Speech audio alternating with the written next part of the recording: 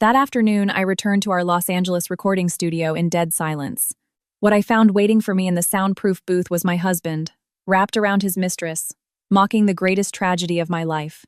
What I did next, the moment I laid my hands on the main mixing console, would permanently alter the trajectory of two marriages and shatter their world forever. My name is Eleanor Ella to the public. For 15 years, I had been married to Mark Sterling. He wasn't just my husband. He was my lead producer, my manager, the ruthless Hollywood bulldog, and the bedrock upon which we had built my multi-platinum career as a singer, songwriter. That morning in our sprawling Calabasas estate, he had kissed my forehead with practiced affection, claiming he had to fix some crucial vocal stems and would be stuck at the studio late into the night. I trusted him blindly, or at least I thought I did. It wasn't until a sudden, suffocating tightness in my chest, a symptom of the crushing anxiety surrounding my recent psychogenic vocal paralysis, drove me out of the house to seek solace in the one place I always felt safe, our musical sanctuary in Burbank. Stepping into the climate-controlled lobby of the studio complex, I immediately noticed an eerie stillness. The receptionist was out, and the only sound breaking the heavy silence was the muffled echo of breathless laughter seeping through the heavy, soundproofed doors of Studio A. I walked down the dimly lit, acoustic-paneled hallway, my heart hammering against my ribs, each step on the plush carpet feeling like I was wading through wet cement. The massive, steel-reinforced acoustic door was slightly ajar. I pushed it open just a fraction of an inch, and the sight that greeted me sucked the oxygen straight out of my lungs, turning the blood in my veins to ice. Mark was there, leaning against the multi-million-dollar SSL mixing board, passionately entangled with Chloe. Chloe wasn't just a random groupie. She was my personal assistant. The bright-eyed, seemingly innocent 20-something I had personally taken under my wing. I had let her live in our guest house when she first moved to LA. I called her my confidant. She was the one who handed me organic throat coat tea and wiped away my tears when the top otolaryngologists at Cedars-Sinai told me that my golden voice might never return due to severe trauma and stress. But the most devastating part wasn't just seeing them together, casually obliterating a 15-year marriage and a decade of blind loyalty. The worst part was what I heard right before they registered my presence. Chloe, trailing her manicured acrylic nails through my husband's hair, looked up at him with a vicious, mocking smirk. Don't you feel even a little bad for her? Poor, pathetic Ella, locked up in that sprawling house, depressed and completely mute.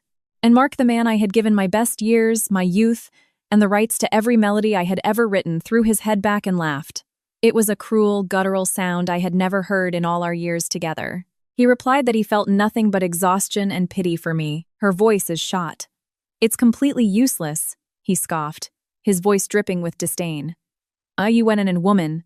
I'm so sick of living with a broken woman, walking on eggshells around a has-been. You, Chloe, you are my real future. You're the inspiration she can't give me anymore. Those words inflicted a kind of agony that no physical blow ever could. In that precise, suspended fraction of a second, all the love, the blind devotion, and the suffocating dependency I felt for that man instantly crystallized into pure, dense, glacial hatred. They still hadn't seen me. They were entirely too consumed with laughing at my misery, building their twisted romance on the smoldering ashes of my life. With an icy, terrifying calm I didn't know I possessed, I took a single step back into the shadow of the control room. I didn't scream. I didn't cry. The overwhelming stress of the industry had already stolen my physical voice weeks ago, but my mind was suddenly sharper and clearer than it had been in a decade. I glided silently toward the secondary control rack, which was powered on and mirrored to the main board. I knew this equipment better than the lines on my own face. Without a tremor in my hand, I reached out and hit the master record button, routing the feed from the booth's hot condenser mics directly to a secure, encrypted cloud drive. I captured everything. Every wet kiss, every cruel joke, every filthy promise of their future echoing perfectly through the high-fidelity Neumann microphones. Once the file was safely uploaded, I pulled out my iPhone and scrolled to a very specific contact, David Miller, Chloe's husband. David was a good, hard-working man, a high-end residential contractor who practically worshipped the ground Chloe walked on. I typed out a rapid, uncompromising iMessage. David, come to the Burbank studio right now. There is something in Studio A you need to see and hear with your own eyes before it's too late. Trust me. But before I tell you what happened 15 minutes later when David arrived, pale-faced, chest heaving, his work boots tracking dust onto the pristine floors as he found his wife in my husband's arms, let me rewind. Because the hallway of that recording studio didn't just become the waiting room of hell for those two traitors, it was the birthplace of my ultimate rebirth. My story didn't start on that day of betrayal and open microphones. It started years ago, back when my voice was packing out arenas from Madison Square Garden to the Hollywood Bowl, and my heart still believed in the fairy tales the music industry sold. Mark and I had started from absolute rock bottom. We were two kids playing sticky-floored dive bars in East Nashville, scraping together tip money just to buy our first decent Shure microphone. I brought the raw talent. He brought the relentless ambition. Together, we thought we were invincible. But when the massive success hit, so did the crushing pressure. The endless cross-country tours, the grueling press junkets, the demanding label executives, and the extreme physical exhaustion. That was when Chloe infiltrated our lives. She presented herself as a humble, eager superfan from the Midwest who desperately needed an entry-level gig in Los Angeles. I, naive and bursting with maternal instinct, took her under my wing. I taught her the ropes of the industry, opened the doors of my inner circle to her, and let her into my private life. She became my shadow, organizing my chaotic Apple calendar, fetching my iced matches before every stadium gig, and flashing me that sickly sweet smile that I now recognize as pure, concentrated venom. David, her husband, used to come to the studio to pick her up in his beat-up Ford F-150. He was a man with honest, transparent eyes and hands rough, from working framing jobs on LA construction sites. He looked at Chloe like she hung the moon and the stars. God, how blind David and I both were. What perfect, trusting victims we made for their sick, twisted game. Eventually, the suffocating pressure of being Ella the superstar began to strangle me. I developed a constant, agonizing knot in my throat, a physical manifestation of severe anxiety. The specialists in Beverly Hills diagnosed it as acute vocal fold paresis, triggered by extreme psychological distress. One night, in the middle of a sold-out show at the Staples Center, I stood in front of 20,000 screaming fans, opened my mouth to hit the chorus, and absolutely nothing came out. It was the most terrifying, humiliating moment of my existence. That psychogenic vocal paralysis plunged me into a dark, suffocating silence.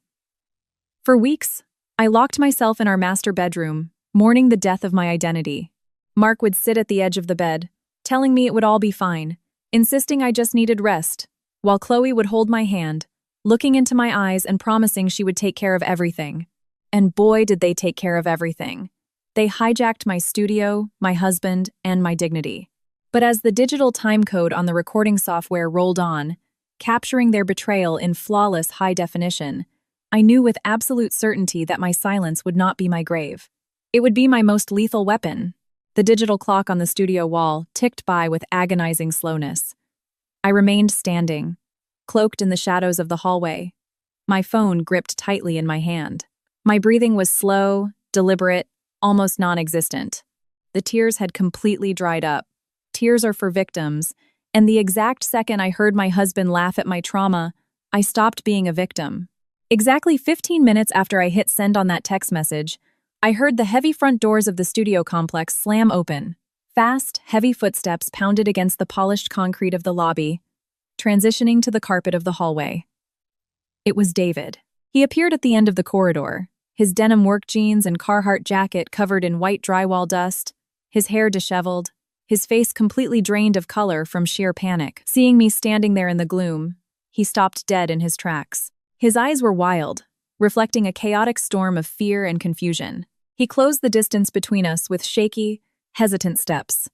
He looked deep into my eyes, silently begging for an explanation. He wanted me to tell him it was a false alarm, a misunderstanding, just an exaggeration from my stress-addled brain. But my face was a mask of carved marble. I couldn't speak to tell him the truth. My vocal cords were still locked tight in their trauma-induced prison, so I simply raised my hand and pointed a trembling finger toward the heavy acoustic door of Studio A. David swallowed hard, his Adam's apple bobbing. His chest rose and fell with ragged breaths. He took a step toward the door, and I followed closely behind him, with his heart undoubtedly pounding a deafening rhythm in his ears, but his demeanor terrifyingly cold. David slammed his hand against the heavy door, pushing it wide open. The heavy thud of the door hitting the soundproofed wall echoed violently inside the room. Mark and Chloe, still deeply engrossed in their clandestine makeout session, jumped out of their skins and broke apart as if they had been struck by lightning. The scene was intensely pathetic. Chloe, her cheap fast-fashion blouse unbuttoned, her face flushed crimson with sudden, crushing shame, tried to clumsily cover herself, stumbling backward until she knocked over a $3,000 mic stand. Mark, the untouchable, arrogant mega-producer, the man who controlled every narrative and contract in my life, froze completely. His jaw went slack, his mouth hanging open like a dying fish, utterly incapable of forming a single coherent syllable. Pure, unadulterated terror flooded his eyes as he took in David's imposing, broad-shouldered frame filling the doorway. David didn't scream. He didn't throw a punch. His reaction was infinitely more heartbreaking. He just stood there, staring at them in a sepulchral, suffocating silence, as if his brain was completely short-circuiting, unable to process the visceral reality of his wife's betrayal. Chloe, trembling violently, took a tentative step toward him. David. Honey. Please, let me explain, she whimpered, her voice suddenly high-pitched and reeking of desperation. It was the exact same voice that, mere minutes ago, had been dripping with venom while mocking my depression. It's not what it looks like. David slowly raised a single, calloused hand, stopping her dead in her tracks. His eyes were hollow, dead. The warm, radiant light of unconditional love he always reserved for her had been permanently extinguished. I took a step forward, stepping out of the shadows and fully into the bright LED lights of the studio. Seeing me, Mark somehow grew even paler. Ella, my husband choked out, his voice cracking, revealing the absolute panic constricting his throat. Ella, baby. She came on to me. I swear to God, it was just a stupid, meaningless mistake. I smiled. It was a terrifying, hollow smile devoid of any human warmth. I walked slowly past them, straight toward the massive SSL console. They watched me, confused and terrified. Because I was mute, they assumed I was defenseless. They thought my silence equated to total weakness. God, they were so wrong. I leaned over the board and seamlessly routed the high-res audio file I had just recorded directly into the studio's main playback system, the towering, custom-built ATC reference monitors designed to blast final masters at stadium-level volumes. I grabbed the master volume fader, shoved it all the way to the maximum, and slammed the spacebar to hit play. Instantly, Chloe's voice exploded through the room, the state-of-the-art subwoofers shaking the floorboards. Don't you feel even a little bad for her? Poor, pathetic Ella.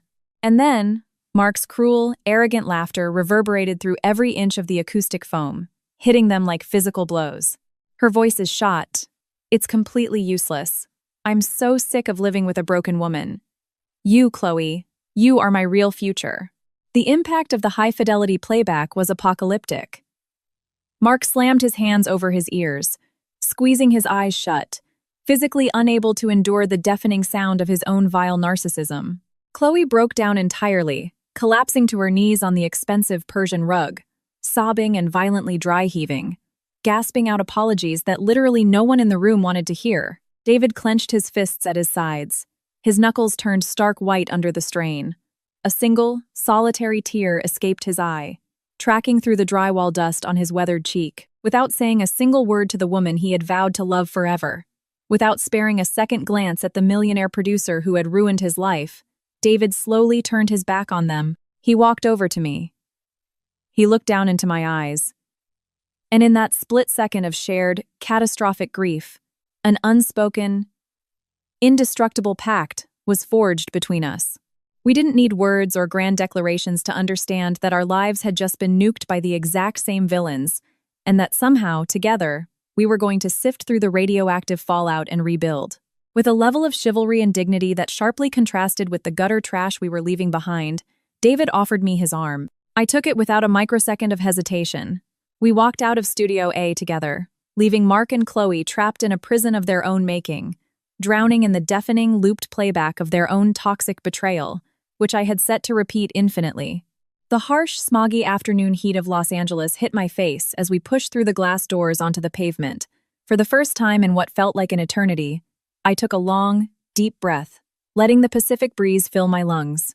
David walked beside me in absolute silence, his eyes fixed on the distant Hollywood hills, his mind slowly, painfully processing the total annihilation of his marriage and his home. Even though I couldn't make a single sound, I felt something new, ferocious, and terrifyingly powerful, igniting deep within my core.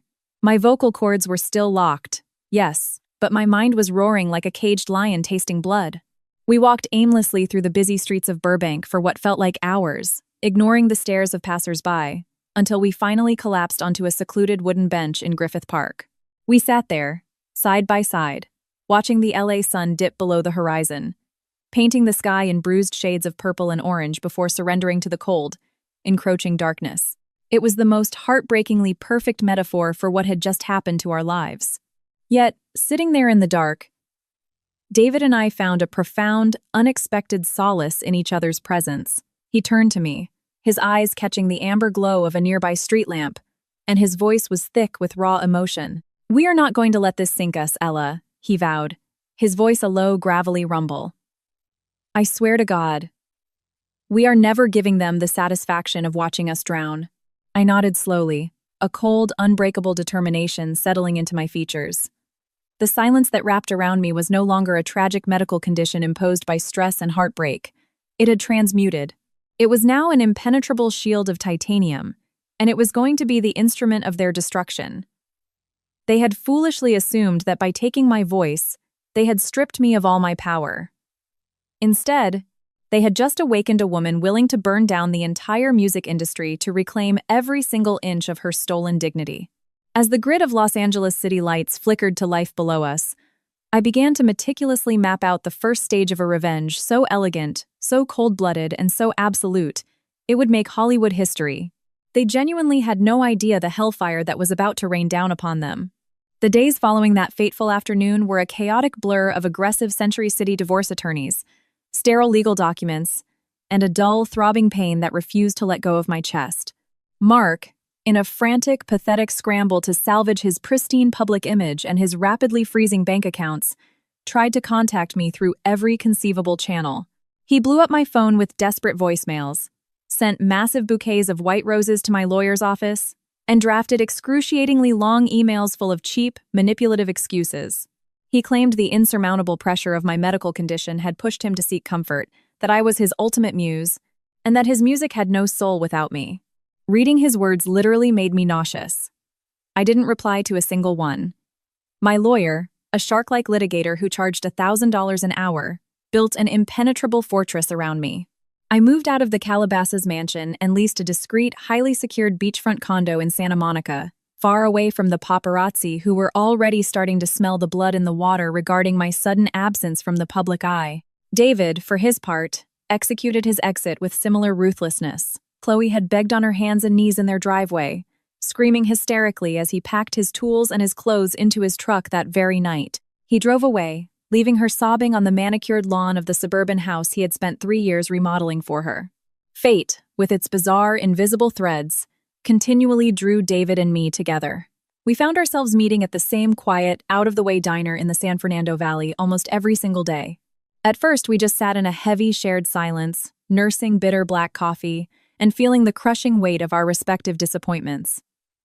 Slowly, he started to open up.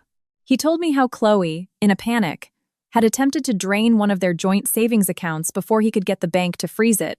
I listened to him with laser focus, reading his lips when the diner got too loud, nodding gently, offering him my steadfast presence as his only sanctuary. I couldn't offer him verbal advice, but my eyes conveyed every ounce of empathy and solidarity he needed. Gradually, those quiet coffee dates evolved into long, sprawling, one-sided conversations. David would talk, and I would respond by scribbling rapid, witty replies in a small, leather-bound moleskine notebook I carried everywhere. Through the ink on those pages, I discovered an incredibly profound man hiding behind those rough, calloused hands.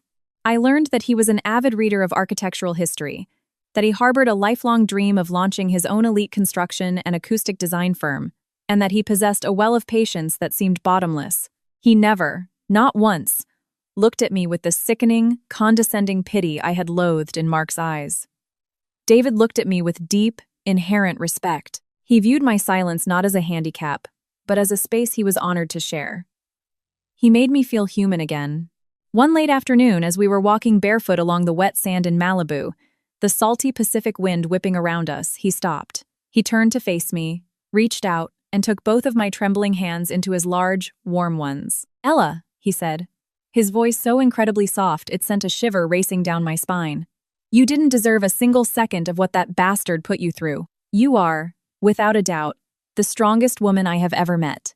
That simple, grounding touch, that singular moment of pure, unadulterated validation, ignited a spark deep inside the darkest cavern of my soul. Meanwhile, my intense vocal therapy sessions in Beverly Hills continued. The top-tier specialist had thoroughly explained that my vocal cords were physically flawless. The paralysis was entirely psychosomatic, a massive neurological block triggered by the toxic, emotionally abusive environment I had been drowning in for years. Now that Mark's suffocating manipulation and Chloe's passive-aggressive poison were completely eradicated from my daily life, I began to feel bizarre, painful twitches in my larynx. They felt like tiny, sharp electric shocks. The doctor called them vital signs, proof that my nervous system was attempting to reboot my voice. Alone in my Santa Monica condo, staring out at the crashing waves, I would practice my exercises. At first, all I could manage were broken, pathetic wheezes and strangled, breathless grunts that left me collapsing onto the hardwood floor in tears of absolute frustration. But I refused to quit. The molten rage I harbored toward Mark and Chloe became high-octane fuel. I didn't want to sing for the fame anymore. I didn't want the Billboard charts or the Grammy hardware. I wanted my voice back solely so it could become the whip that flogged them in the public square. Simultaneously, the legal bloodbath of my divorce was reaching its climax. Mark, arrogant to the bitter end, tried to play hardball. He demanded sole ownership of the Burbank studio complex and a 50% cut of the publishing rights to my entire back catalog. His high-priced lawyers argued that he had crafted my sound, and without his genius production, I was just another pretty face with a guitar. That was the exact moment I handed my lawyer the encrypted flash drive containing the recording from that afternoon. My lawyer bluntly reminded me that in California, secretly recording a private conversation is technically inadmissible in court. But we didn't need a judge. We were playing for the court of public opinion. The audio was accompanied by a meticulously documented timeline my lawyer had built, proving severe psychological and emotional abuse. Furthermore, the recording exposed Mark admitting to embezzling studio funds to buy Chloe a sports car. It didn't matter if it was legally admissible. It was a PR death sentence. When Mark's smarmy lawyer hit play on that file during our preliminary mediation in a sterile, glass-walled conference room, I sat perfectly still and watched Mark's entire world implode. All the color drained from his artificially tanned face. He knew, with absolute, terrifying clarity, that if I leaked that audio to TMZ, Rolling Stone, or Twitter, the cancel culture machine would chew him up and spit him out. His career as a respected, family-friendly pop producer would be instantly, violently terminated. The industry would blacklist him before lunchtime. Cornered, humiliated, and terrified of the court of public opinion, Mark caved completely. He signed an ironclad settlement. I walked away with 100% ownership of the Burbank studio, the unassailable master rights to every song I had ever written, and a staggering financial buyout that effectively drained his liquid assets and left him teetering on the absolute edge of bankruptcy. Chloe, witnessing the rapid evaporation of Mark's Hollywood power in his bank accounts, immediately showed her true parasitic colors. She began complaining incessantly, throwing massive tantrums over maxed-out platinum cards, demanding the luxury lifestyle of private jets and Nobu dinners that Mark could no longer provide. Their epic romance quickly devolved into a claustrophobic nightmare of screaming matches, past-due notices, and toxic resentment. And I, safely observing from the serene balcony of my new life, watched their pathetic house of cards collapse into the dirt. But my true, earth-shattering victory was still gestating. One hazy Tuesday morning, I woke up and immediately felt a strange, airy lightness in my chest.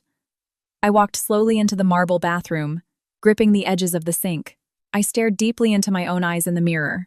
I took a massive breath, filling my diaphragm, closed my eyes, and tried to hum a simple, low C note, praying for a miracle. A soft, trembling vibration escaped my lips. My eyes snapped open. I gasped, stumbling backward, completely unable to process what had just happened. The sound had been incredibly weak, fragile as spun sugar, but it was there. It was my voice. I slapped my hands over my throat, feeling the faint, miraculous vibration of my vocal cords. Cords that had been entombed in trauma for over 8 months. Tears hot, heavy, and uncontrollable spilled over my eyelashes and cascaded down my cheeks. They weren't tears of sorrow. They were drops of a joy so violently intense, I thought my ribcage was going to shatter. I took another deep breath, bracing myself, and pushed out another note. Firmer this time. Clearer. The miracle was holding. The psychological dam that had kept me a prisoner in my own body was finally cracking wide open, flooding my world with brilliant, blinding light. My heart instantly screamed a single name: David. I grabbed my iPhone with violently shaking hands and dialed his number. The ringing tone echoed in my ear like a ticking bomb. He picked up on the second ring, his deep, comforting voice washing over me like a warm blanket. "Hey, Ella," he said casually, clearly waiting for the familiar ping of an iMessage to follow, assuming I was communicating in our usual way. I closed my eyes, summoned every single ounce of courage residing in my fractured soul, and pushed the air through my healed throat. David. It was barely a whisper, a raspy, fragile thread of sound, but it carried the weight of 1,000 lifetimes. There was dead silence on the other end of the line. A silence so profound, so absolute, that I could hear his sharp, hitched intake of breath. "Ella?" he asked, his voice completely shattering with shock and emotion. Is that really you?" "Yes," I breathed, a wet, breathless sob of pure euphoria accompanying the word. I heard a loud clatter on his end, the sound of him dropping whatever heavy tool he was holding onto a wooden floor, followed by a breathless, incredulous laugh that filled the speaker. "I'm on my way. Don't you move a single muscle," he ordered, before abruptly hanging up. When David burst through the door of my condo 20 minutes later, looking like he had broken every speed limit on the PCH, we didn't need words. He crossed the room in 3 massive strides, wrapped his arms around my waist, and lifted me completely off the ground. He held me with a desperate, crushing strength that made me feel like the most protected, cherished woman on the planet. We stood in the middle of my sun-drenched living room, holding each other and crying openly, celebrating the monumental victory that belonged solely to us. From that morning onward, my recovery accelerated at a blistering pace. My voice didn't just return, it came back transformed. The trauma, the silence, and the heartbreak had aged it like fine wine, adding a rich, smoky depth and a haunting resonance that simply wasn't there before. The pain had fundamentally altered my instrument, weaving itself into every note I sang. David was by my side through every grueling vocal exercise. He was the one brewing the Manuka honey tea, the one clapping wildly when I hit a high octave without my voice breaking, the one looking at me with a love so profound, genuine, and unconditional that it cauterized every lingering wound Mark had ever inflicted. That alliance, born in the ashes of betrayal and forged in the fires of mutual trauma, blossomed naturally into a mature, deeply rooted romance. He was my unshakable foundation, and I was his ultimate peace. While our love grew exponentially in the quiet warmth of our shared life, Mark and Chloe's existence was spiraling rapidly into a pathetic abyss of squalor and regret. Through the grapevine of industry insiders who still respected me, I was drip-fed the delicious details of their demise. Mark, stripped of my talent, my catalog, and the Burbank studio, had desperately tried to rebrand himself by producing Chloe. Chloe had always harbored a secret delusional fantasy of being a pop star, of stepping into the spotlight she felt I had hogged. But reality is a cruel mistress. Chloe had absolutely zero talent. Her voice was flat, reedy, completely devoid of soul, and heavily dependent on aggressive auto-tune. The major label A&R execs who used to kiss Mark's ring when he was my producer now wouldn't even validate his parking. They laughed him out of boardrooms in Hollywood and New York. In a final desperate gamble, Mark liquidated the last of his remaining credit to self-fund and independently release a single for Chloe. It was a catastrophic failure. The brutal LA music bloggers tore it to shreds. The public completely ignored it. Spotify playlists wouldn't touch it.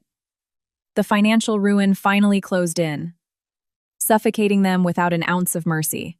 The extreme financial stress ripped away the glamorous facade of their relationship, exposing the rotting core beneath. Neighbors in their cheap, run-down apartment complex in Van Nuys called the LAPD constantly, reporting their vicious, glass-shattering screaming matches at 3 in the morning.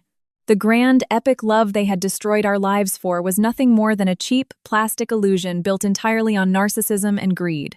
I, on the other hand, was meticulously plotting my resurrection with the cold, calculated precision of an assassin. I didn't utter a single word to the press. I didn't post on Instagram. I kept my miraculous recovery locked down under the strictest non-disclosure agreements in the history of Los Angeles. I wanted my comeback to be a seismic event, a nuclear detonation that no one, especially Mark, could possibly see coming.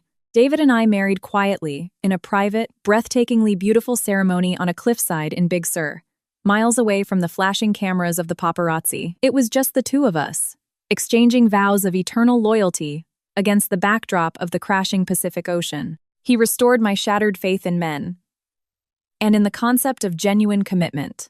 With my spirit completely renewed and my incredible husband standing like a fortress behind me, I began writing the music for my new album. Every single lyric I penned was an elegant, poison-tipped dart. Every melody was an undeniable flex of my resurrected, turbocharged vocal range. I was finally ready to step out of the shadows and reclaim the iron throne of the music industry that was rightfully mine. I knew the exact time, the exact place, and the exact method I would use to deliver the killing blow to the ghosts of my past. The Burbank recording studio, my studio, became my bunker. For 8 solid weeks, I locked myself inside Studio A with a tiny, heavily vetted group of elite session musicians and engineers. These were people who had been in the trenches with me since day one, people who swore on their lives to keep the secret of my return. Recording that album was the most painful, cathartic, aggressively beautiful process I have ever endured.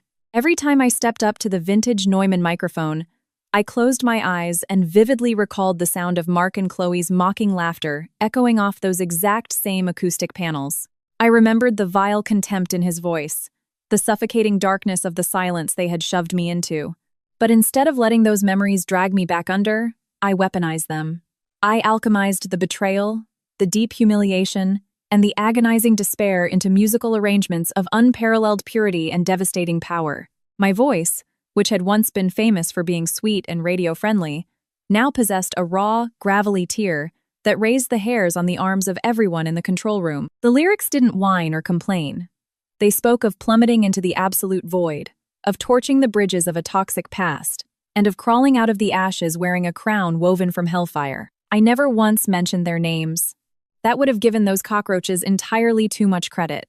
The most exquisite, lethal form of revenge is the kind draped in undeniable high art, not the kind found in the cheap gossip columns of a tabloid magazine. David was there for every single session, sitting quietly on the leather sofa at the back of the control room, watching me with absolute awe. When I tracked the lead single, a soaring, earth-shattering power ballad about a woman who meticulously rebuilds her empire from the rubble of a betrayal, I looked through the soundproof glass and saw tears of pure, unadulterated pride streaming down my husband's face. He understood the agonizing weight of every single syllable, because he too had been forced to sweep up the shattered pieces of his own heart, broken by the very woman who had sworn to protect it. Once the final tracks were mixed and sent off to mastering, I knew with bone-deep certainty that I held a masterpiece in my hands. This wasn't just a comeback album. This was a cultural reset. But I refused to drop it casually on a random Friday like an artist begging for relevance. I needed the ultimate stage. I needed the perfect co-conspirator. That was when I picked up the phone and called Arthur "Artie" Carmichael, the legendary, cutthroat CEO of the biggest major record label in the world, based right in the heart of Hollywood. Artie was a grizzled industry veteran, a ruthless shark in the boardroom, but a man who possessed an infallible ear for generational talent. He had always treated me with profound respect, and more importantly, he had always secretly despised Mark's flashy, obnoxious arrogance. I invited Artie to a hyper-secure private listening session at my studio, demanding he sign a draconian NDA before entering the building. When the impeccably dressed, silver-haired executive sat down in the plush leather chair at the mixing console, his expression was a mask of compassionate skepticism. He undoubtedly believed he was about to endure the tragic, breathless screeching of a washed-up star who couldn't accept that her 15 minutes of fame had expired. I poured him a generous glass of vintage Napa Valley Cabernet, flashed him a serene, confident smile, pressed the spacebar on the Mac Pro, and leaned back against the wall to watch the show. The haunting, cinematic opening chords filled the meticulously treated room, and then my voice dropped in, tearing through the silence with a raw, supernatural force that practically shook the walls. Artie dropped his wineglass. The expensive crystal shattered against the hardwood floor, splashing dark red wine everywhere like a crime scene. But the legendary executive didn't even flinch. He didn't look down.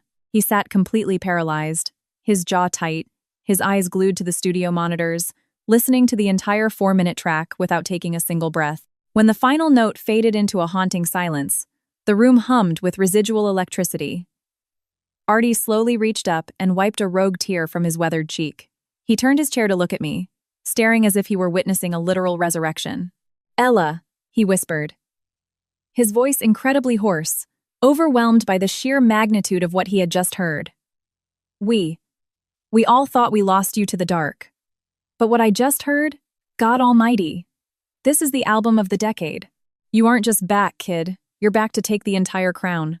We didn't waste a single second. That very afternoon, I signed an exclusive, unprecedented global distribution and touring contract. It was an astronomical, multi-million-dollar deal that absolutely dwarfed any contract Mark had ever managed to negotiate for me in his prime. But I forced Artie to write one non-negotiable clause in blood into the legal paperwork. The release of the album, and the fact that I had my voice back, had to remain an absolute, watertight secret until the night of the National Music Gala. The gala was the American music industry's most prestigious, highly televised event of the year, the equivalent of the Grammys held at the massive Crypto.com arena in downtown LA, and it was exactly 1 month away. I wanted my return to be an ambush, a shockwave that would knock the entire planet off its axis.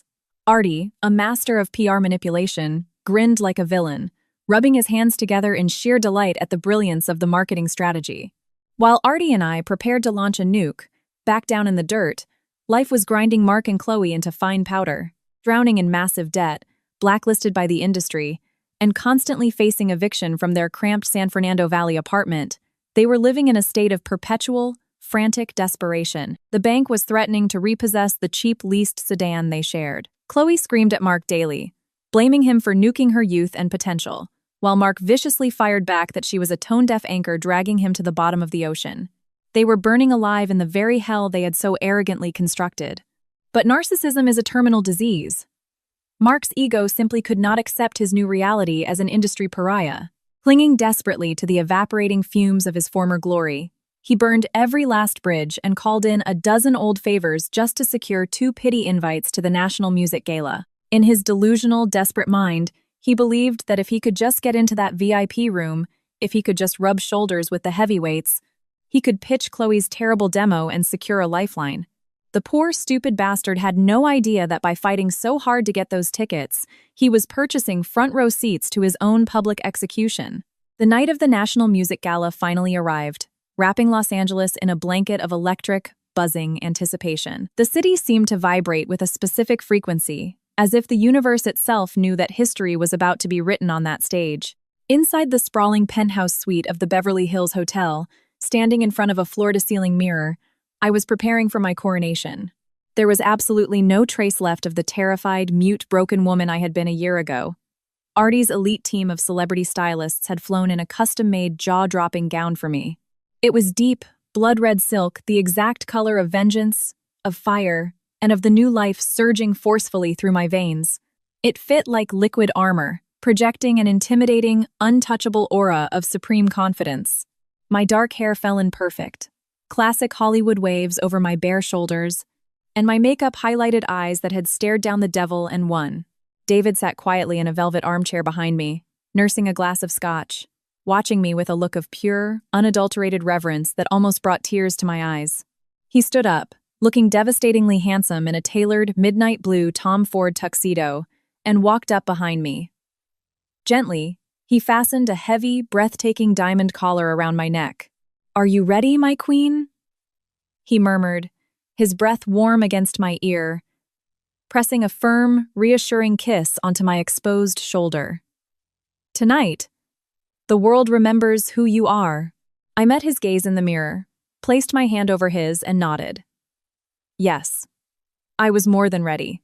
Meanwhile, 20 miles away in a grimy apartment complex, the scene was a portrait of pure tragedy. Mark and Chloe were getting ready amidst a sea of final notice utility bills and empty bottom-shelf wine bottles. Chloe was struggling to zip herself into a tacky, aggressively sequined fast-fashion dress she had bought on clearance. It was far too tight, desperately trying to compensate for her lack of actual star power with sheer tackiness. She stared at her reflection with bitter frustration, cursing the fact that they couldn't afford a professional glam squad.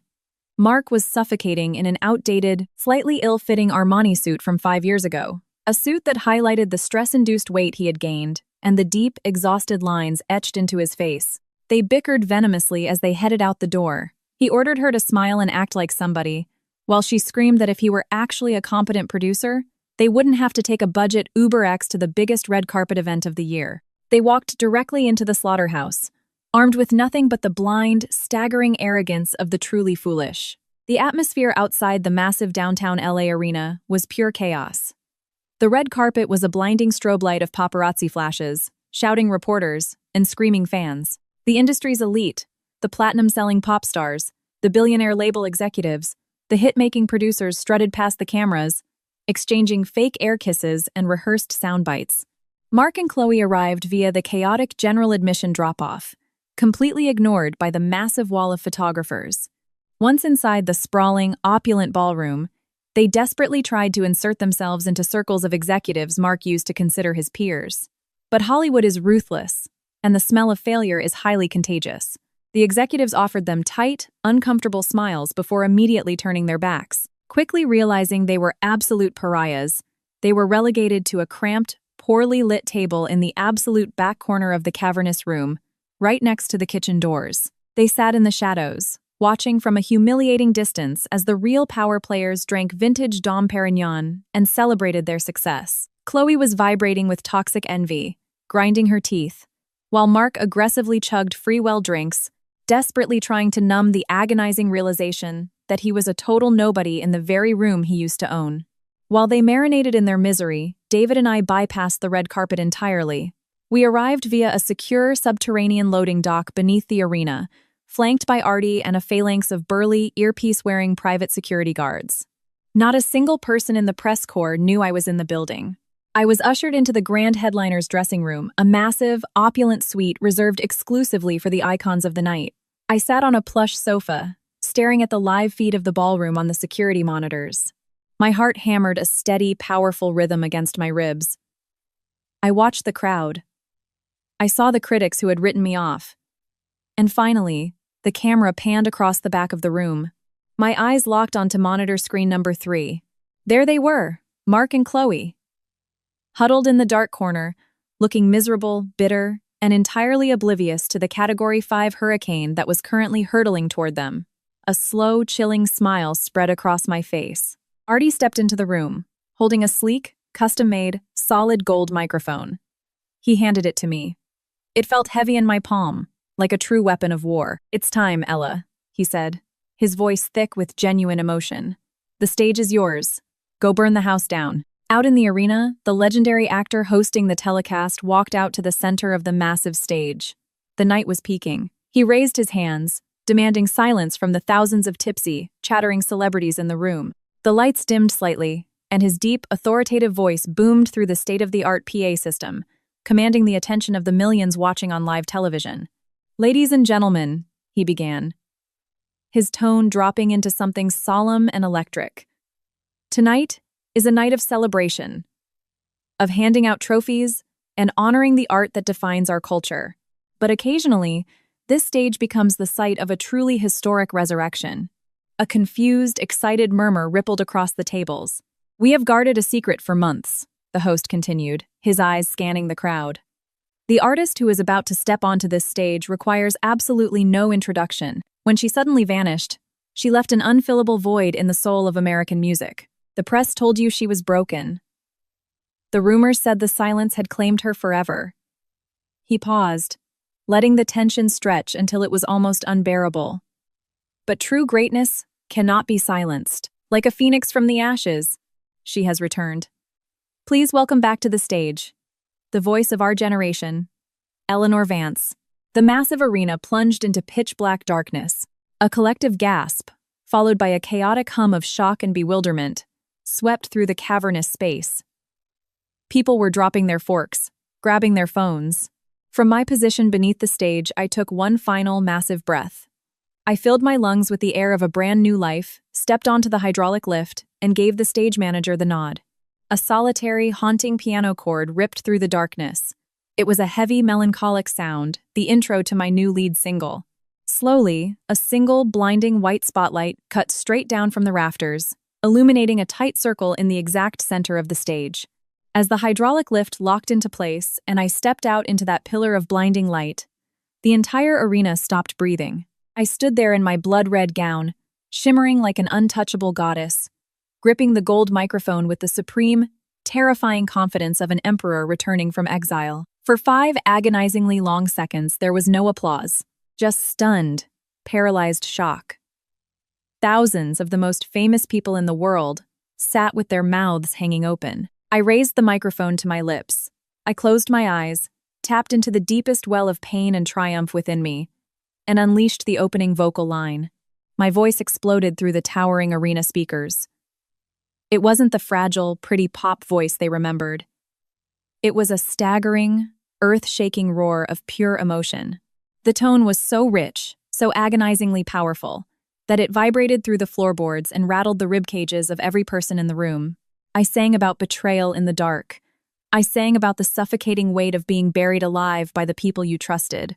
And I sang about clawing your way out of the grave, covered in dirt, ready to rain down hellfire. The physical impact on the audience was catastrophic.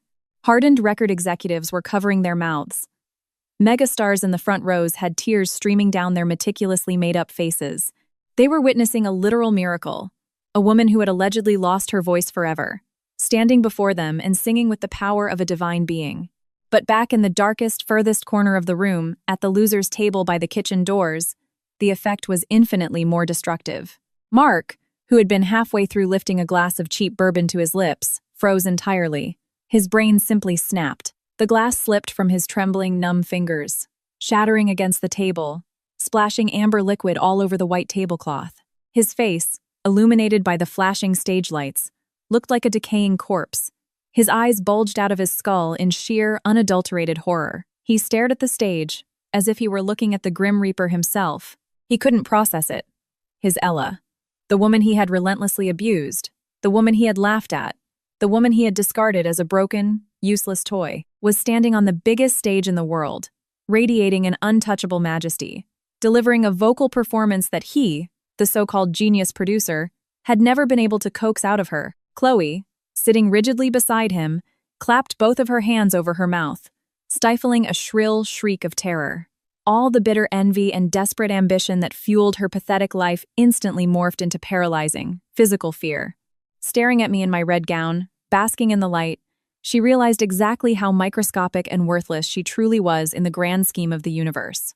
Halfway through the second verse, I opened my eyes. As if guided by a laser targeting system, my gaze cut through the darkness, past the billionaires and the pop stars, directly to the back table where those 2 rats were cowering in absolute panic. As I hit the song's epic, soaring bridge holding a high, impossibly perfect note that brought half the room to their feet, I locked eyes with Mark. It was a cold, dead executioner's stare.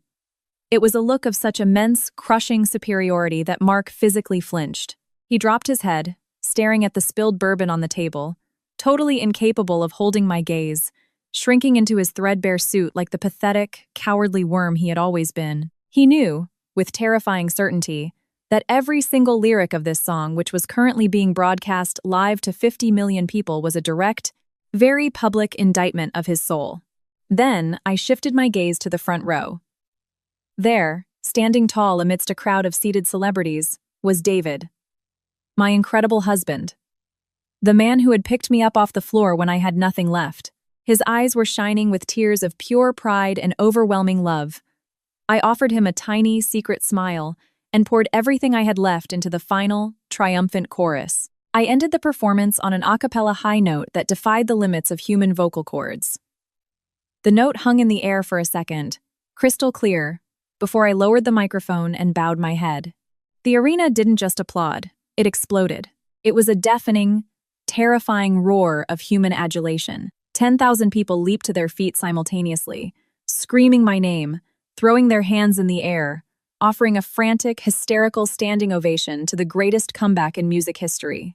I stood in the center of the light, breathing in the sweet, intoxicating oxygen of total victory, knowing with immense satisfaction that for my traitors, the real nightmare was just beginning. The standing ovation felt like it was never going to end. The thunderous roar of the crowd washed over me, a tidal sonic wave that obliterated the last lingering shadows of my trauma. I stood there, soaking in the blinding heat of the spotlights, feeling every broken piece of my soul finally snap perfectly back into place. Artie Carmichael strode out onto the stage, beaming like a proud father. He grabbed my hand and raised it high into the air as the crowd went entirely feral. He pulled a microphone to his mouth, and with a voice dripping with corporate swagger, he announced to the world that my new album had just surprise dropped on all streaming platforms at midnight, and it had already shattered the first-hour streaming records on Apple Music and Spotify. He announced my exclusive global deal. He revealed that his team had spent the last 6 months secretly routing an exhaustive 70-city global arena tour under a fake project name, and that tickets were going on sale right this second. Every single word Artie spoke was another heavy steel nail driven violently into Mark's professional coffin. As the telecast cut to a commercial break, I glided off the stage, my head held incredibly high, walking straight toward the ultra-exclusive VIP winner's circle behind the main stage. David was waiting for me at the bottom of the exit ramp. He bypassed protocol, stepped past the security detail, and pulled me into a crushing, desperate embrace, lifting my feet off the ground. He kissed me with a fierce, possessive tenderness. "You did it, my love," he whispered against my lips, his voice thick with emotion. "You absolutely destroyed them."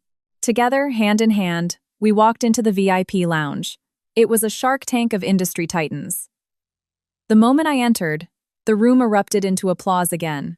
Billionaire executives, A-list actors, and rival pop stars lined up just to shake my hand, to frantically apologize for ever doubting me, and to pathetically beg for writing collaborations. I smiled graciously, sipping a glass of extremely rare champagne, maintaining the cool, unbothered posture of an untouchable queen. But I knew the night wasn't officially over until I dealt with the trash. I didn't have to wait long. Fueled by a lethal, toxic cocktail of cheap liquor, extreme humiliation, and desperate delusion, Mark had somehow managed to bribe or sneak his way past the outer security perimeter of the VIP area. He came stumbling through the velvet ropes, practically dragging Chloe by her wrist. She was tripping over her cheap heels, her face a mask of sheer terror as she realized they were intruding on a room filled with people who could destroy them with a single phone call. Mark, his face a sweaty, flushed mess, his tie completely undone, shoved his way past a group of glaring journalists until he was standing just 10 feet away from David and me. The gentle ambient music of the VIP lounge seemed to screech to a halt. The incredibly wealthy, powerful people surrounding us went dead silent, stepping back to watch the train wreck. Everyone in Hollywood knew the vicious rumors about the divorce, but seeing the washed-up, desperate ex-husband crash the triumphant diva's victory party was premium. Front-row drama. "Ella!" Mark shouted. His voice was high-pitched, manic, and incredibly pathetic as he tried to project an air of authority that he no longer possessed. "Ella, I knew you could do it. I knew your voice wasn't dead. I built you, Ella. I taught you how to project like that. You have to talk to me. We need to get back in the studio together." The sheer, staggering audacity of his words caused several high-powered A&R reps nearby to literally laugh out loud in disbelief. David immediately tensed beside me, his broad shoulders squared, his jaw clenching so hard a muscle feathered in his cheek. He stepped forward to intercept Mark, fully prepared to physically throw the man out of the building for disrespecting my space. But I reached out and placed a gentle, calming hand flat against my husband's solid chest. I didn't need a knight in shining armor to fight this battle. I had my voice back, and I was going to wield it with the ruthless precision of a surgeon's scalpel. I took one slow, deliberate step toward Mark. The physical contrast between us was staggering. I was draped in custom silk and millions of dollars of diamonds, surrounded by an impenetrable fortress of respect and genuine love. He was sweating through a cheap suit, reeking of desperation and well whiskey, desperately clutching the hand of a terrified mistress who looked like she wanted the floor to swallow her whole. I looked him slowly up and down, my face registering nothing but a profound, clinical disgust. It was the exact same pity he had claimed to feel for me on that studio recording. "Mark," I said. My voice was calm, icy, and projected so perfectly that it cut through the silence of the massive room like a whip. "You didn't build me. You were simply a grotesque, overpriced toll I had to pay to learn what kind of parasite I never want in my life again. My voice belongs to me. My talent belongs to me. And this empire? I built it directly on top of the pathetic little ruins you left behind when you tried to break me." Chloe, buckling under the crushing pressure of 100 elite industry, stares burning holes into her cheap dress, tried to intervene.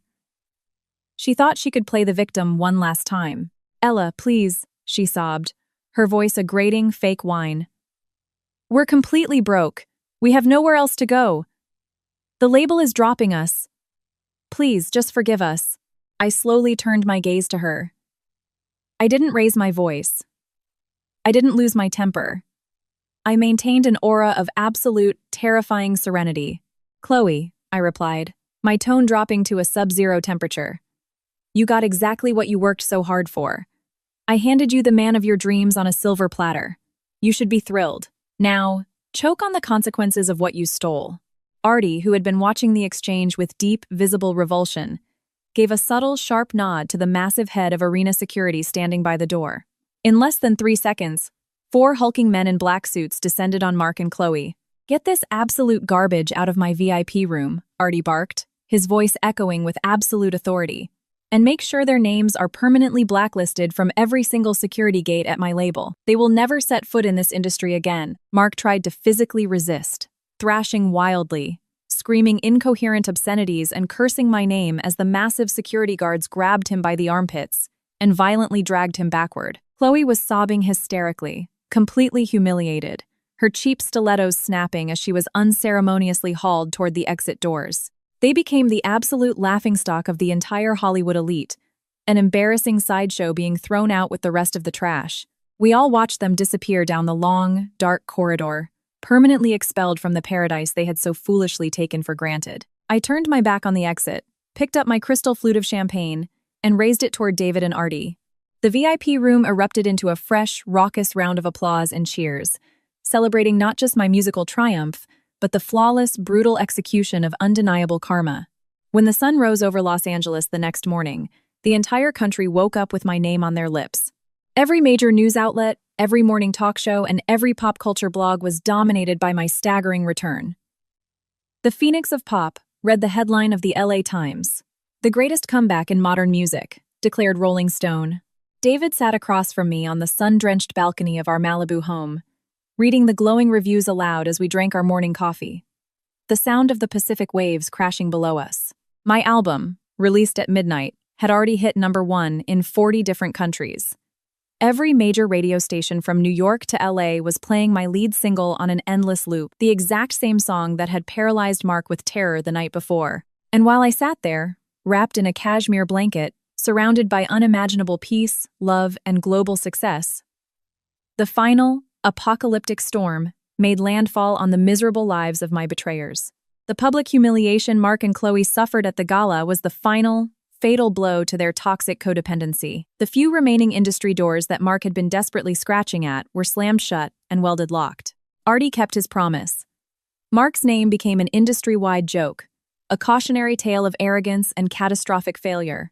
That very same morning, the bank, having seen the viral TMZ video of Mark being thrown out of the gala and realizing his career was definitively over-executed, the massive eviction and repossession orders Mark had been dodging for months.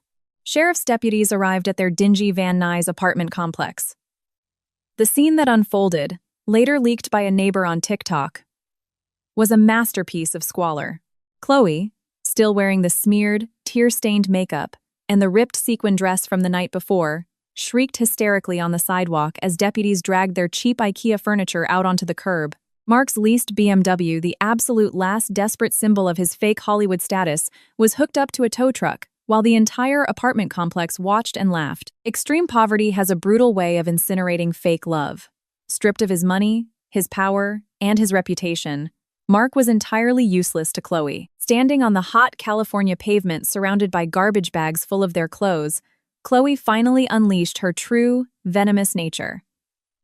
She turned on Mark with the ferocity of a rabid animal. She threw her cheap knockoff handbag directly into his face and screamed, at the top of her lungs, that he was a pathetic, impotent failure who had destroyed her life.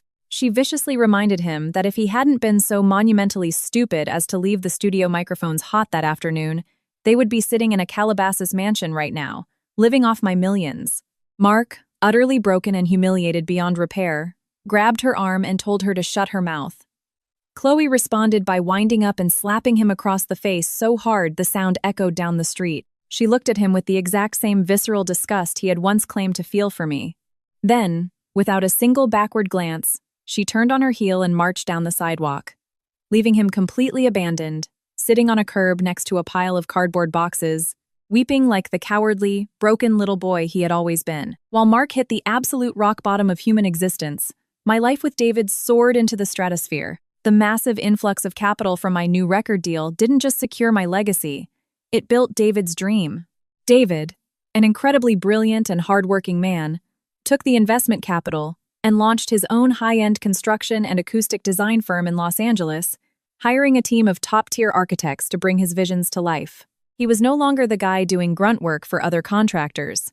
He was the CEO of an elite firm designing state-of-the-art recording studios and performance spaces for the biggest names in entertainment. We were the ultimate Hollywood power couple, an invincible team that had taken the toxic ashes of our pasts and forged an empire of mutual respect. At night, after grueling, 12-hour tour rehearsals, I would come home to find David cooking dinner, ready to rub my exhausted shoulders and remind me, with fierce sincerity, how deeply he loved me. The ensuing months were a whirlwind of intense labor and profound satisfaction. Rehearsing with my new band felt like literal magic. My voice responded with a power, agility, and docility that constantly moved me to tears of gratitude. The public didn't just love me as a pop star anymore. They revered me as a symbol of feminine resilience, unbreakable dignity, and survival. I had transmuted my deepest personal trauma into a beacon of hope for millions of women worldwide, and that was worth more to me than every Grammy in the vault. I was just days away from kicking off my massive, sold-out global arena tour.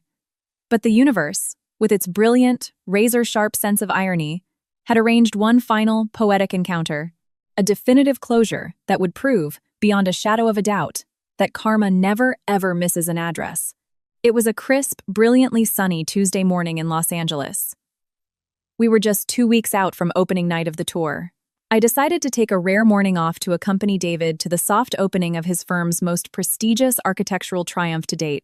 David's company had been personally commissioned by a private consortium of billionaire investors to completely gut and restore an iconic, historic theater in downtown LA, a magnificent 1920s movie palace that had been abandoned for decades. David had personally redesigned the entire acoustic infrastructure to make it the most sonically perfect performance venue on the West Coast. And, as a breathtakingly romantic gesture that made me sob, he had successfully convinced the private board of directors to rename the Grand Main Hall, the Eleanor Vance Auditorium. We pulled up to the historic theater in the back of a sleek black Escalade. I was wearing a chic, tailored camel coat over a white silk blouse, my eyes hidden behind oversized Tom Ford sunglasses to ward off the blinding California sun. A small gaggle of architectural photographers and local press were waiting by the entrance. David slipped his strong arm around my waist, guiding me through the flashbulbs with the calm, protective authority I adored. We stepped inside the cavernous, breathtaking lobby of the theater. Dozens of construction workers and union laborers were scrambling frantically, applying the final coats of paint, polishing the brass fixtures, and cleaning the marble floors before the mayor arrived for the ribbon cutting. The smell of fresh plaster, cut mahogany, and industrial cleaner filled the air. David was passionately explaining the complex acoustic baffling he had installed in the vaulted ceiling as we walked down the grand, marble-floored hallway. Suddenly, a loud, violent crash echoed through the corridor. A heavy, 50-pound bag of industrial cement had been dropped on the pristine marble floor, bursting open and sending a thick, choking cloud of gray dust into the air right in front of us. The site foreman yelled down from a nearby scaffolding, furiously berating the clumsy day laborer who had ruined the newly polished floor. The worker, dressed in filthy, paint-splattered jeans and a torn neon-orange safety vest, his back severely hunched from exhaustion, scrambled frantically to his knees, trying to scoop up the heavy, toxic dust with his bare, shaking hands. David, ever the compassionate leader, stepped forward and asked in his deep, resonant voice if the man was injured. Hearing David's voice, the filthy laborer froze. Slowly, agonizingly, he lifted his head. As the gray dust settled and the bright morning sunlight streaming through the stained glass windows hit his face, the entire world seemed to stop spinning. It was him. It was Mark, the untouchable, multi-millionaire record producer. The man who used to scream at assistants if his matcha latte wasn't exactly 140 degrees. The man who wore custom Italian suits and flew private to Aspen. There he was. On his hands and knees in the dirt, his face was deeply lined, aged 20 years in the span of 12 months. His hands, which used to effortlessly slide faders on $1 million soundboard, were now cracked, bleeding, and caked in dry cement. His eyes were the hollow, dead eyes of a man who has been entirely chewed up and spat out by his own catastrophic hubris. The poetic justice was so flawless it felt scripted. Mark, the man who had viciously mocked David for having the rough, dirty hands of a construction worker, was now a bottom-tier, minimum-wage day laborer, working for the highly successful, multi-million-dollar architectural firm that my husband owned. Mark stared up at me, and then his gaze shifted to David.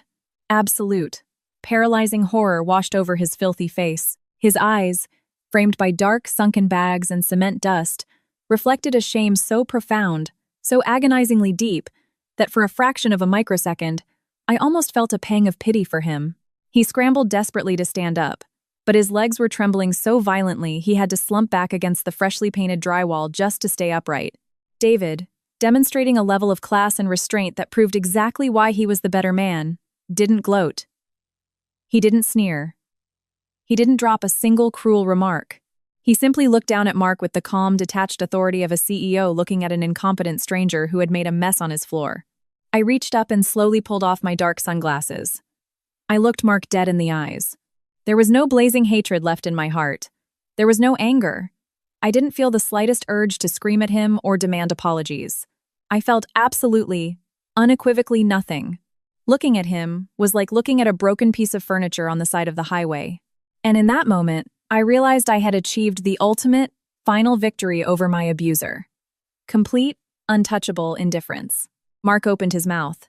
His lips trembled.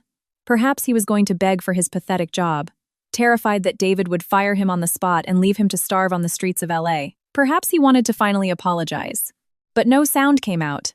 His voice, the arrogant, booming voice that had cruelly laughed at my paralysis in the recording booth, completely failed him. He was suffocating under the crushing, inescapable weight of his own monumental failure. David turned away from the trembling shell of a man.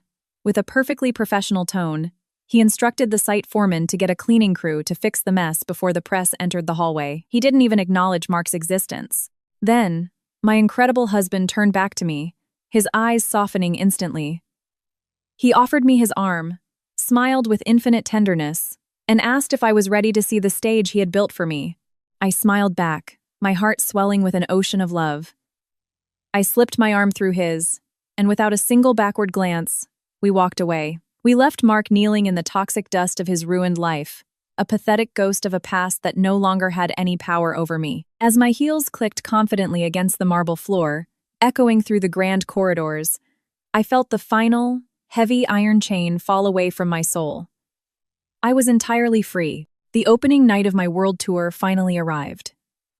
The atmosphere inside the newly christened Eleanor Vance Auditorium in downtown Los Angeles was nothing short of electric. Sitting in my luxurious, custom-designed dressing room, surrounded by vanity mirrors and the quiet hum of my elite glam squad perfecting my look, I demanded 5 minutes of complete privacy. The room cleared out, leaving me alone with my reflection. The woman staring back at me in the glass was unrecognizable from the terrified, voiceless victim who had once cowered in the shadows of a Calabasas mansion.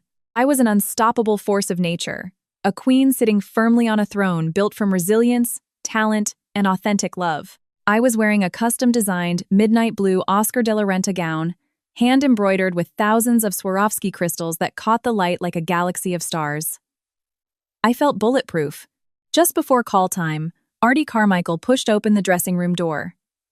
He was carrying a massive bouquet of long-stemmed white roses. He enveloped me in a massive bear hug and whispered that the streets of downtown LA outside the theater were completely gridlocked. Thousands of fans who couldn't score tickets had flooded the blocks just to be near the building, holding candlelight vigils and singing my songs in the streets. As Artie spoke, my mind flashed briefly to a piece of industry gossip a makeup artist had dropped earlier that week.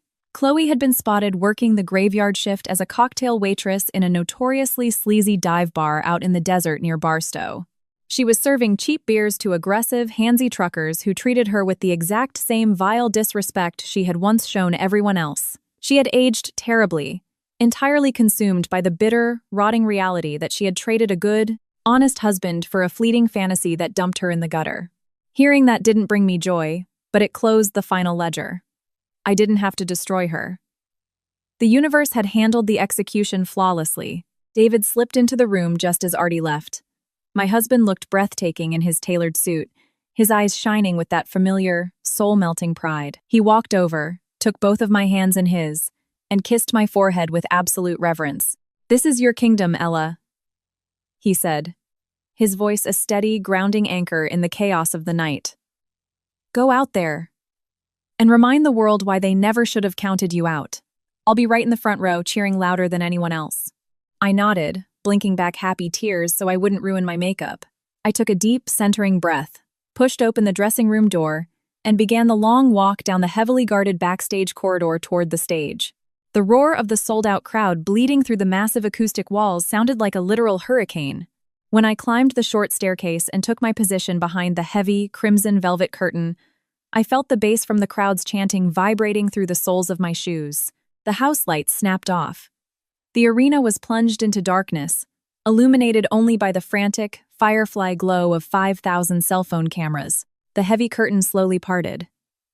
The opening synth chords of my anthem of survival washed over the crowd.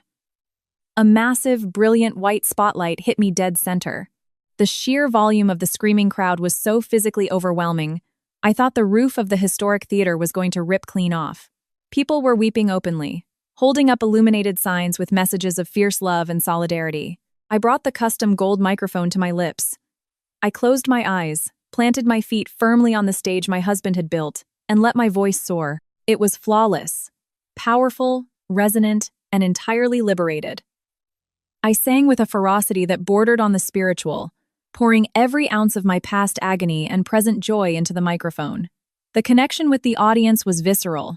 I looked out into the crowd and saw thousands of women who had been silenced, cheated on, underestimated, and abused in their own lives, screaming the lyrics back at me like an army of invincible warriors marching to war. During the bridge, I opened my eyes and looked straight down into the front row. David was standing exactly where he promised he would be. He was looking up at me with an adoration so pure and absolute it practically glowed in the dark. He was my rock, my sanctuary, and the ultimate reward at the end of a very long, very dark road. As the final, triumphant chords of the song rang out into the night, and the blinding applause washed over me like a baptism, I realized the ultimate truth about revenge. The greatest, most devastating revenge you can ever inflict upon your abusers isn't screaming at them. It isn't tearing their lives apart with your own hands. The most agonizing punishment for a traitor is forcing them to sit in the cold, pathetic squalor of their own making, and watch from the shadows as the person they tried to destroy rises up, shining infinitely brighter, stronger, and happier than they ever were. The tour was a monumental, record-breaking success. In every city from Chicago to Miami, women would wait by my tour bus, not for selfies, but to whisper, "Thank you, Ella. Watching you survive gave me the courage to walk out of my own nightmare." Over the years, Mark and Chloe completely faded from existence. Not because they died, but because their relevance to the world, and to my mind, dropped to absolute zero. The last rumor I heard was that Mark was living in a rented trailer in Nevada, completely alienated from the industry, drowning in the bitter reality that he had thrown away a kingdom for a piece of trash. Chloe remained trapped in her desert dive bar, forever haunted by the billboards of my face towering over the highways. That was their life sentence. Waking up every single day knowing that I won, not because I destroyed them, but because I bloomed. Today, as I sit on the sun-drenched wooden deck of our Malibu beach house, holding a mug of organic tea and listening to the rhythmic crash of the Pacific Ocean, I look over at David, He is sitting at the patio table, reviewing the architectural blueprints for a new concert hall his firm is building, the California sun catching the silver in his hair. My voice is stronger than it has ever been. It is anchored by a deep, emotional maturity that can only be forged by turning profound agony into high art. I learned the hard way that betrayal is not the end of your story. It is a violent crossroads. You can either let the trauma rip out your vocal cords and force you into silence, or you can step up to the mic and sing louder than you ever have before. I chose to sing.